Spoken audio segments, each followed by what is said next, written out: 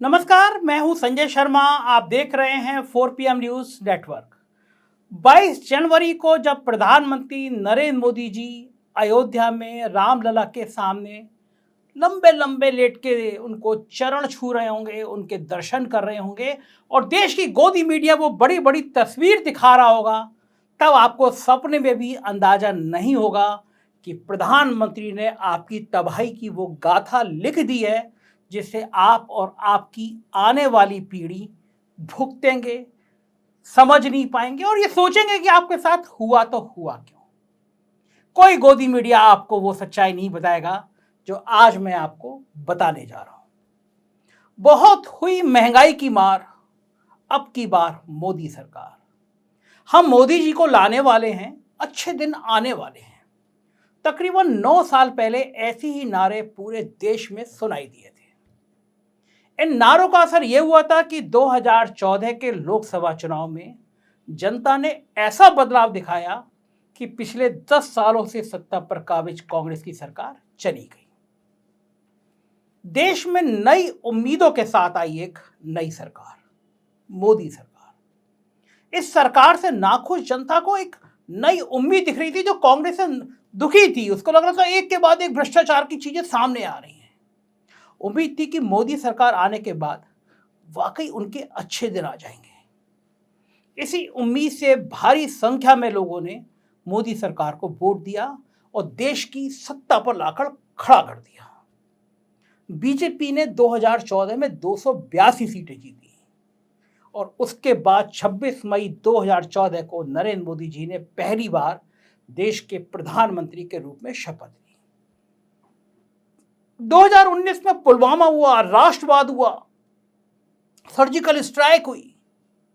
लगा कि इसके बावजूद भाजपा 2014 जैसा करिश्मा नहीं दोहरा पाएगी, लेकिन हुआ इसका उल्टा।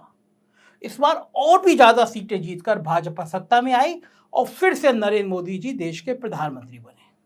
लोगों को उम्मीद थी कि अब तो उनके अच्छे दिन जल्दी आ जाएंगे, जल्दी ये सब नारे सही साबित होंगे और जल्दी ही ना महंगाई की मार रहेगी और ना ही देश में कोई भी बेरोजगार बचेगा। लेकिन अब जब प्रधानमंत्री के पद पर नरेंद्र मोदी जी अपने 9.5 साल से भी ज्यादा वक्त पूरा कर चुके हैं, तब इनमें से एक भी नारा सच होता हुआ दिखाई नहीं दे रहा है। ना ही जनता की एक भी उम्मीद पूरी होती नजर आ रही है। दरअसल 2014 में देश की सत्ता में आने के बाद प्रधानमंत्री मोदी जी ने और उनकी सरकार ने जनता से कई बड़े बड़े वादे किए, जैसे देश में भ्रष्टाचार को जड़ से खत्म कर देंगे, कालाधन वापस ले आएंगे, देश के हर नागरिक के खाते में 15-15 लाख रुपए दिए जाएंगे। अब देश में भ्रष्टाचार का आलम क्या है, कितना कालाधन वापस आया, किसको मिल गया कालाधन, साथ ही कितने लोगों के खातों में 15-15 लाख रुपए आए, कितने अमीर हुए, इससे भी देश का बच्चा बच्चा भली भांति वाकिफ है। इस बात से भी वाकिफ है कि जिन लोगों को मोदी जी कहते हैं कि इन्हें 70-80 हजार करोड़ का भ्रष्टाचार किया है और ये मोदी की गारंटी है कि ये जेल की सीखों के पीछे होंगे और मोदी की गारंटी के 48 घंटे बाद वो महाराष्ट्र के डिप्टी सीएम बन जाते हैं। ये है मोदी की गारंटी का अगला सच। अब आप समझ सकते हैं कि जो मोदी जी अपनी गारंटियों का ढिंढोरा पीटते रहते हैं, उनकी कितनी गारंटियां 2014 से लेकर 2024 तक, 2024 आने ही वाला है, इस दौरान पूरी हुई है। इस दरमियान सत्ता में आने के बाद साहब और उनकी सरकार ने एक वादा और भी किया था। वो वादा था कि देश में भारत सरकार के कर्ज को कम करेंगे। वादे अनेक, परिणाम सभी का एक, झूठ झूठ झूठ। उन्होंने कहा यानी कि जो हाल 15 लाख रुपए देने और काला धन वापस लाने वाले वादों का हुआ, वही हर्ष सरकार के कर्ज को कम करने वाले इस वादे का हुआ।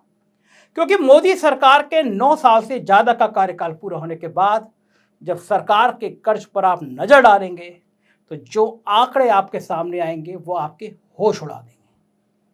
आपको पता चल जाएगा कि प्रधानमंत्री मोदी और उनकी सरकार अपनी वादों से कोसों दूर नजर आ जा रही है। आप वादे याद न कर पाए, इसलिए 22 जनवरी को आपको भगवान राम की आरती करनी है।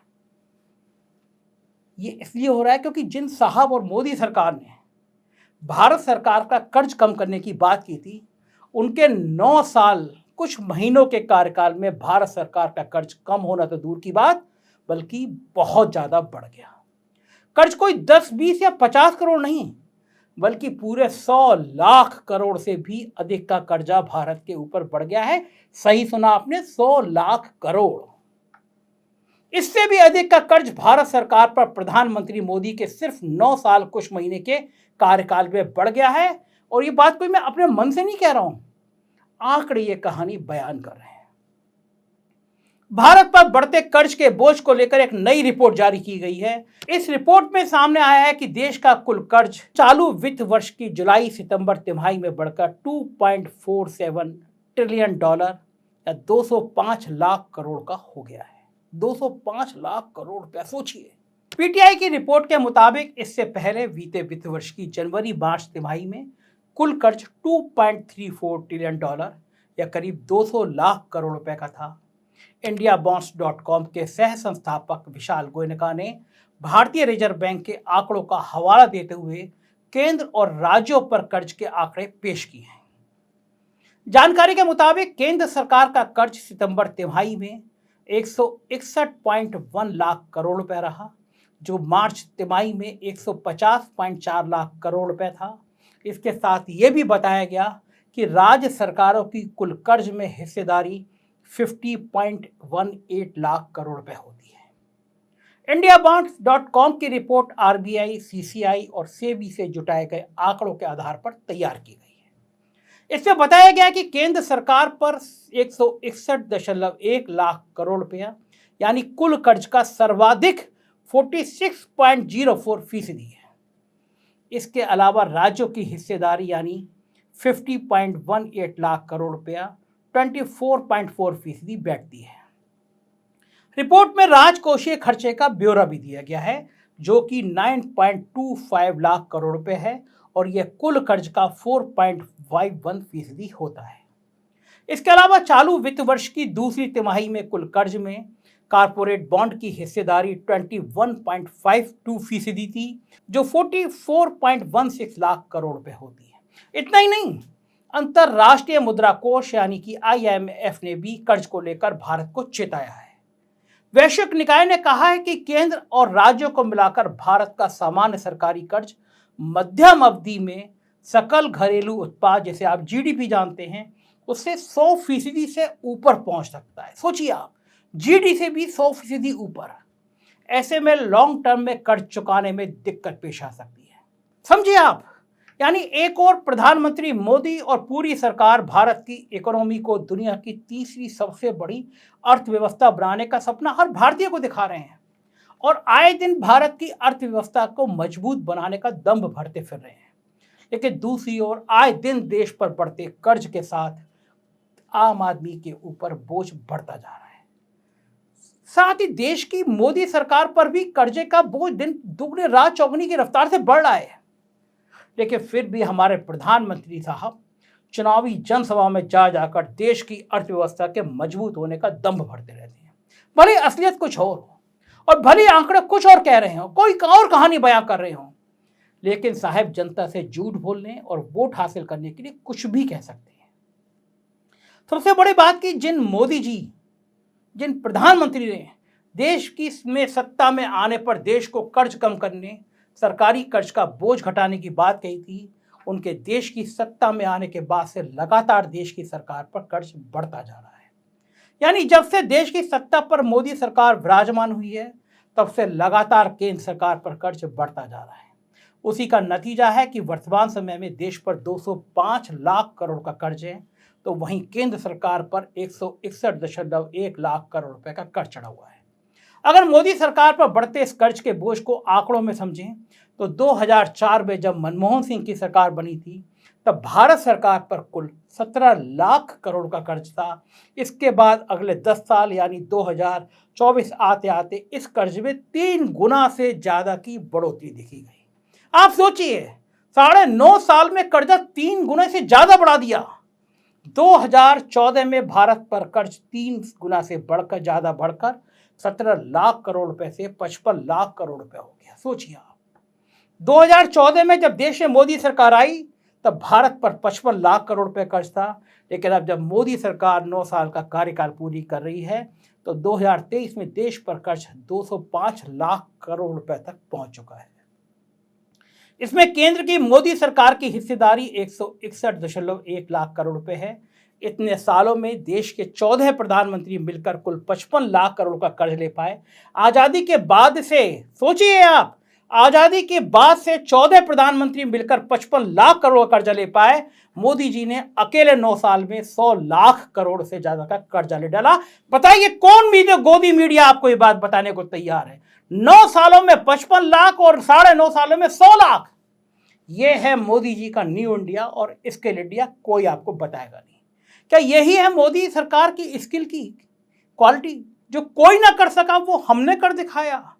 इसको देखने के बाद तो मैं भी मानता हूं कि मोदी है तो मुमकिन है। अब तो मैं भी सिर्फ यही कहूंगा, वाह मोदी जी वाह। 9 सालों में देश पर 100 लाख करोड़ से अधिक का कर्जा चढ़ा दिया। ये तब हुआ है जब देश में साहब ने सत्ता में आने के बाद देश का कर्ज कम करने की बात कही थी। जैसे 15-15 लाख रुपए हर व्यक्ति के खाते में आए हैं, ठीक उसी तरह सरकार का कर्जा भी कम हुआ है। या ये भी बता दूं कि भारत पर कर्ज हर साल दर साल लगातार बढ़ता आ जा रहा है। अगर 5-5 सालों पर देश पर बढ़ने वाले कर्ज को देखें तो 2004 में मनमोहन सिंह सरकार आने के वक्त भारत सरकार पर 17 लाख करोड़ का कर्जा था, 17 लाख, जो 2009 में बढ़कर 31 लाख करोड़ हो गया। इसके बाद अगले 5 सालों में इस कर्ज में एक बार फिर 24 लाख करोड़ की बढ़ोतरी हुई और 2014 में देश की सरकार पर 55 लाख करोड़ का कर्ज चढ़ चुका था। इसके बाद 2014 में जब देश में साहब ने देश को संभाला तो जनता से वादा किया कि सरकार के कर्ज को तो बढ़ने ही नहीं दूंगा मैं। लोगों को साहब से उम्मीद भी थी कि कर्जा नहीं बढ़ेगा, हर खाते में आई जाएंगे रुपया, कोई कर्जा ही नहीं होगा देश में, काला धन तो वापस आ ही जाएगा। लेकिन मोदी सरकार का जब 5 साल बाद रिजल्ट आया तो आंकड़े साहब के बिल्कुल उल्टे नजर आए। 2014 में जो कर्जा 55 लाख करोड़ था, 5 साल बाद 2019 में वो कर्जा 35 लाख करोड़ रुपए बढ़कर 90 लाख करोड़ रुपए पहुंच गया। यानी कर्ज को कम करने का जो वादा था उसमें तो पीएम मोदी और उनकी सरकार 5 साल में ही पूरी तरह से फेल हो गई। हालांकि इसके बाद भी उम्मीद थी कि हो सकता है कि अगले 5 साल में साहब और उनकी सरकार कुछ कमाल दिखाए, देश के कर्ज को अगर कम ना कर सके बढ़ने से रोक ले। लेकिन उधार का घी ले लेके पीना तो कोई मोदी जी से सीखे। अगले 4 साल में ही यानी इस साल 2023 में जो आंकड़े सामने आ रहे हैं उन्होंने तो सबको हैरान कर दिया है, क्योंकि अभी 5 साल भी पूरे नहीं हुए और देश पर कर्जा 90 लाख करोड़ से बढ़कर 205 लाख करोड़ हो गया है। इससे साफ है कि बात तो मोदी जी देश की अर्थव्यवस्था को बढ़ाने की करते हैं, लेकिन बड़ा वो देश और भारत सरकार पर कर्ज का बोझ रहे हैं, जो साल दर साल काफी तेजी से बढ़ता जा रहा है। लेकिन इससे बेफिक्र मोदी जी दूसरी ओर अपना 56 इंच सीना ठोक कर कहते हैं कि अर्थव्यवस्था को दुनिया की तीसरी सबसे बड़ी अर्थव्यवस्था बना दूंगा। यह है मोदी साहब की असली ताकत और फितरत। इसलिए कहा जाता है कि उनकी कथनी और करनी में कितनी बातें अलग अलग हैं। फिलहाल देश की अर्थव्यवस्था का पता नहीं, लेकिन देश पर कर्ज बढ़ाने में वाकई मोदी सरकार और प्रधानमंत्री जी अव्वल हैं। आप सोचिए, जो कर्जा बढ़ता है ये मेरे आपके, आपने 1 रुपया भी कर्जा ना लिया हो तब भी दुनिया का कर्जा आपके सिर पर चढ़ रहा है। यह हकीकत कोई नहीं बताएगा, ऐसी बातें आपको कोई नहीं बताएगा। और आप पूछे ना, इसके लिए जनवरी से एक अभियान चलाया जाएगा, हजारों करोड़ रुपए मीडिया को दिए जाएंगे, गांव गांव राम मंदिर के भजन होंगे, ये बताया जाएगा कि एक राम मंदिर बना के देश में इतना उद्धार कर दिया, एक राम मंदिर बनने से सारा कर्जा खत्म हो गया, आपके खाते में 15 लाख रुपए आ गए, आपको नौकरी मिल गई। ये सब बातें छोड़ दीजिए, सिर्फ मंदिर में भजन कीजिए, बाकी माल उड़ाने के लिए तो साहब और उनके दोस्त पर्याप्त हैं। शुक्रिया।